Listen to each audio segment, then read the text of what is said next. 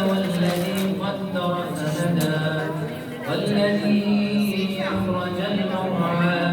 فجعله غثاء نحوا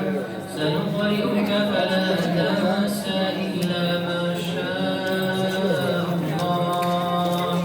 إنه يعلم الجهر وما يخفى ونيسرك لليسرى فذكر إن نفعت الذكرى سيذكر من يخشى ويتجنبها الأشقى الذي يصلى النار الكبرى ثم لا يموت فيها ولا يحيا قد أفلح من تزكى وذكر اسم ربه فصلى بل تؤثرون الحياة الدنيا والآخرة خير